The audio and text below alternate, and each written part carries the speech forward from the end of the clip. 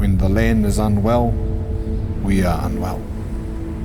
Within my thesis, I talk about this term Anthropocene, the term given by scientists to stipulate the current state we are living in as a civilization, where our actions as humans are having a huge negative impact on our Taiao. So we have to be aware that our actions and our environment will decrease if we keep moving and keep living the way we are living today. And so that was the whakaaro with incorporating our connection back to Taiao and the importance of that, I guess in the sense of solutions that we can, enact and do today.